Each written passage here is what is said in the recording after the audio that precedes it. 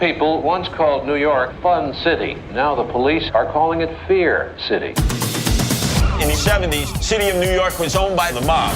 We were untouchable. I didn't feel New York was mine for the taking. I thought we already took it.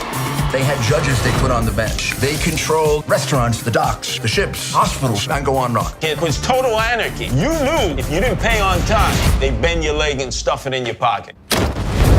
Law enforcement didn't have any power to do anything. It was the golden era of the mob. The FBI couldn't keep up with us. There was no way. The boss asked me to come to his office, said, we want to indict all 5 families at the same time. I said, what, are you shitting me? We're gonna bug the families. The Gambino family. The Genovese family. Colombo. Lucchese. Banana. We were going to hear them on the tape with our very own ears. Listen to me. I'll sever your fucking head.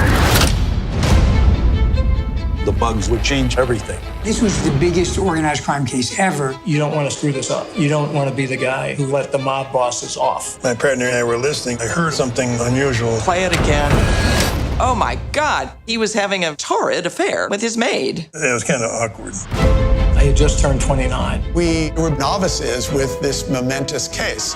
The supervisor said, I don't think women can work organized crime. He said, you'll be the only woman on the squad, and I was. Welcome to New York. We realized the mafia controlled the entire construction industry. This job's in me like Trump 19 years. You control the unions, you control bankers, you control the country. The conspiracy was stunning. The boss, he had 20-something guys killed. A work foreman was thrown out a 56th floor window. Failure was not an option. We're surveilling, and I hear that wire doesn't belong. Everything goes dead. Shit. We're on to something big. Mind-boggling. I mean, it was psychological warfare. Betray your brothers and you pay for it with your life. This is the story of New York. I never heard so many creative uses of the F word in my life. Thank you.